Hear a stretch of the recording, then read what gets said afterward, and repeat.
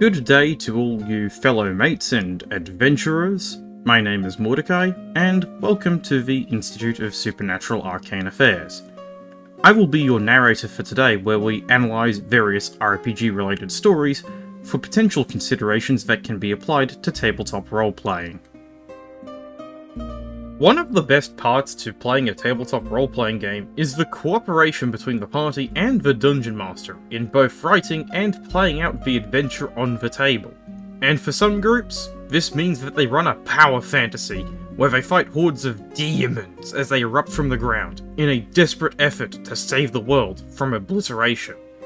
For other groups, it means playing a careful game of investigation or politicking around in order to achieve their goals. Both of these, and other groups alike, work together with their respective Dungeon Masters to produce these experiences.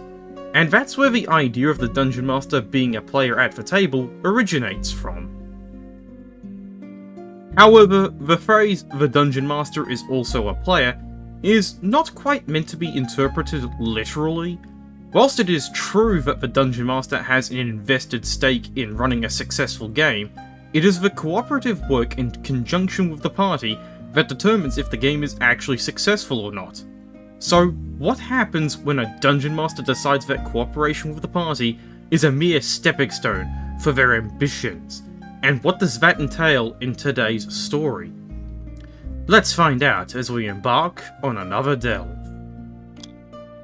Before we begin with today's story, if you like my content or want to support the channel, feel free to subscribe and leave a like on the video. It's free to do, and every bit of support is highly appreciated. Plus, you can always change your mind at a later date. For now, please enjoy. Let's delve into the often terrifying world of r/RPG-Horror-Stories. Today's narrative is titled Disaster Dungeon Master Runs Dungeons & Dragons Like a Book, and is written by user Metallic Tom. Hey folks, this is my first post ever. Feedback and comments are more than welcome. Sorry for the length, I really tried. So for some background on this experience, at the time I had very little experience with D&D. I played a one-shot and watched several videos with D&D stories and a little bit of Critical Role. I was invited to play one session at a game that some of my friends were playing at. The Dungeon Master, I was told, had over 10 years of experience, and the campaign took place in a world that he was developing over the years, and was based on a realistic/fantasy medieval world. The party prior to me joining consisted of the Dungeon Master, my two friends, and a friend of the Dungeon Master's that I will refer to as the Paladin. They had been playing for about 3 years and had hit level 12. They seemed to complain a lot about several aspects of the game, but they also had some very interesting stories to tell, so I got the sense that they were just going through a low point in their campaign. So I made a level 12 druid and joined them in their quest. I had a blast in my first session, and I could roleplay my character well enough to create some very funny situations as he met with those eccentric adventurers. So I asked the Dungeon Master if I could continue with them, and he accepted me. Oh boy, I had no idea what I was signing up for.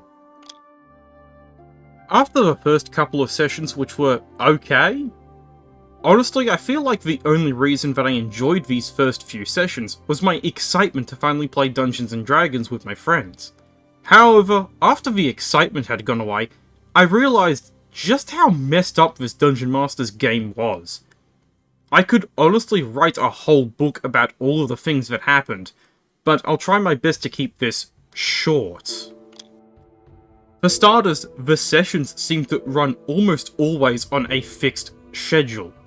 For the first 3 to 4 hours, we would be forced to roleplay with ourselves or with random NPCs we had no interest in.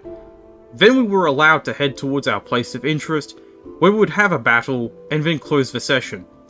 The Dungeon Master was also fixated on how we would solve each problem, giving us no wiggle room to devise our own solutions. There was a time when we had to find a plot-relevant NPC that we knew was hiding in a certain village. we spent 4 whole sessions looking around the village, exploring locations, talking with NPCs, without making any progress whatsoever. Until, that is, we talked with the appropriate NPC, which was the village's nutcase who gave us the clue that revealed the location we needed. The Dungeon Master prided himself on running a world driven by the characters and their decisions, but he would railroad everything and got frustrated and angry when we did not play along. At one instance, he presented us with a plot hook that involved us visiting an imprisoned archdemon in a different realm. He implied that he could give us information on how to stop the demon invasion in our realm. Naturally, we tried to gather some information by asking relevant NPCs, like high-ranking paladins that have dealt with demons before. They all said the same things. Demons will always trick you no matter what, and it is impossible to trick them. They are the masters of lies. And the demonic realms are too dangerous to visit. You wouldn't last a day. So we decided that we would not follow that quest, as it seemed like a suicide mission. After the session, I explained to him that our characters couldn't possibly be up for that task due to how he presented us the hook. He then explains with a scolding tone, "You are adventurers, and you are supposed to take risky missions." Several sessions later, we infiltrate a demonic building in our realm, trying to destroy it. After we disable all the runic circles and slay the demons inside, we try to exit the building. Surprise, surprise, the exit is closed, and when we find a way out, we find ourselves in a demonic realm. The NPCs themselves also seem to be always against us, no matter what we were trying to achieve. They were constantly suspicious, and scorned us whilst making remarks about how unintelligent we were, and how we misunderstood the situation. Any allied NPC was a character from one of his old players, or some other sort of Dungeon Master Mary Sue with class levels and homebrew spells that the Dungeon Master was fond of using.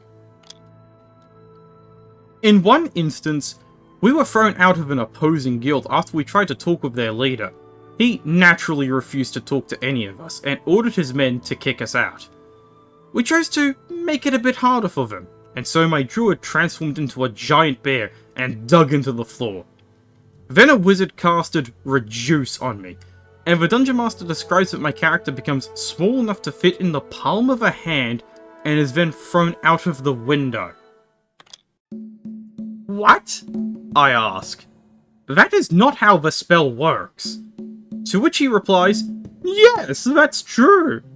For the normal spell, that is, but he is a high-level wizard. Hold on a moment, let me double check. I mean, it really depends on if this was a homebrewed version of the enlarged reduce spell, because that's really not how it works as written in the book. Was there even a saving throw involved? I'm tempted to use a Gordon Ramsay clip for this, but Pete told me he would remove the door to my room if I did. Let's get back to the story. The Dungeon Master Mary Sue's would also straight up prevent character actions. In one instance, our cleric wanted to cast Fireball to free our paladin from a gelatinous cube that had him trapped when everything else had failed.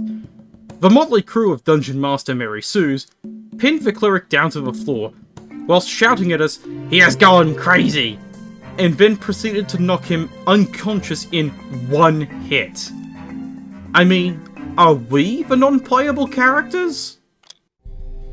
On the other hand, our spells and abilities were severely limited.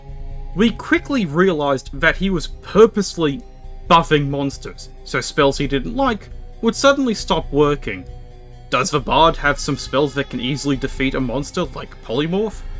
Well, that monster now throws with advantage and +10 to the check.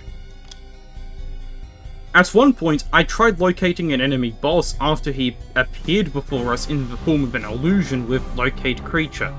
He narrates that we can track the boss and are now right outside his door and ends the session right there. On our next session, we find ourselves still trying to track where the boss's location is, and we are forced to chase after one of his minions that leads us there, as the locate creature spell is now useless. It is worth mentioning that all of the battles were scripted, and what we did didn't matter. He keeps all of the monsters' health and stats on his head because it's easy for him. So the bosses basically had immunity to everything until he decided otherwise. All of our spells would fail, and they would stay alive even after taking at least 500 points of damage. And of course, we cannot prevent any of the cool scenes he had prepared. In some instances, he even had us lose boss fights so that our allied Dungeon Master Mary Suze could come and rescue us. Only then were we allowed to turn the tide of the battle. The only character able to deal significant damage was his friend, the Paladin. He had a Holy Avenger and several homebrew magical items with haste that lasted an hour, and constantly cheated with his spell slots and damage rolls. When we confronted the Dungeon Master about the Paladin, and explained how much he was cheating, he promised that he would talk to him. However, nothing changed. The Paladin kept landing a consistent 150 plus damage per hit. Problems kept piling up. The Dungeon Master never kept any notes, which meant that he constantly forgot things like who our enemy was, important things our characters had achieved, and items we had acquired. And if he could not remember, and one of the trusted players did not come to your defense, that thing was evaporating forever. After about 6 months of this, I decided I had enough. I could no longer spend 6 hours every weekend sitting at a table where the Dungeon Master could not care less about his players and was only interested in his story. I didn't want to create a sour mood for the rest of the players that were invested in this campaign for 4 whole years. And so, I told him that I was very busy and couldn't continue and never returned. My friends pushed through the next few months until the campaign ended. They were all very disappointed and told me that they never wanted to play with that DM again. Looking back at it now, I think the main problem was that the DM was just unable to talk with us, or admit that he made a mistake and improve his dungeon mastering. After that experience, I decided I would take matters into my own hands. I got Curse of Strahd, and I am DMing it for my friends from that campaign, and we are finally enjoying ourselves. In summary, the Dungeon Master runs the campaign like reading from a book. The player characters become non-player characters, and vice versa for the non-player characters. And that's where the story ends. So, when I said earlier that it was the cooperative work between a Dungeon Master and the party that can determine if a campaign is successful or not, I am referring to the party as a whole and not just a specific player. It is clear that the Dungeon Master was displaying favouritism towards his friend, the Paladin, giving him a power fantasy and combining that with a Dungeon Master power trip in the form of a motley crew of rule-bending Dungeon Master Mary Sues. I'm not talking about the homebrew spells or items, but instead the rewrite of one of the spells in the player's handbook for 5th edition and not clearly communicating it with the players. Because it would have hurt to say that the wizard had upcast reduced to a higher spell slot and thus could increase the potency, albeit however briefly. Instead, the Dungeon Master just hand-waved it as a response to something happening that he didn't like, instead of talking to the players about it.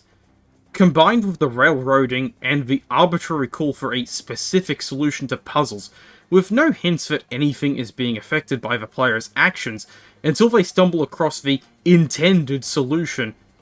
And what we have is a Dungeon Master who wants to write a novel, but is showing a total lack of spine. I also love how the Dungeon Master misinterpreted realistic with "everyone in the world is a jerklord, written by an angsty teenager. Enjoy these obtuse graphic adventure style puzzles, and have some suffering beyond your wildest nightmares." Like a cheesy video game villain. Thankfully, there is an upside to the story with how it concluded that showcases the best case scenario for handling a situation like this. The poster turned around and ran his own game, inviting some of the other disgruntled party members to be players in the new campaign, and subsequently delivering a fun, successful experience for the entire party, including the Dungeon Master. However, there are some methods for being able to potentially avoid the situation or escape from it earlier. An easy-on-paper method is attempting to communicate with the Dungeon Master as a group about collective grievances about how the game is being ran, citing his railroady plots and favouritism towards a particular player, and from there, observing what the Dungeon Master does. In this case, the Dungeon Master being apathetic and changing nothing is a pretty clear indication that the players should probably try to find a new game, especially if the Dungeon Master decides to, instead of fixing the problem, double down and bully the players who talked about how to improve the experience for everyone involved. Feel free to leave your thoughts on the story in the comment section down below. Thank you for watching the video. If you enjoyed my content and would like to see more, feel free to subscribe and give the video a like. It's free to do, and every bit of support is highly appreciated. Plus, you can always change your mind at a later date. And with that, I shall see you all next time.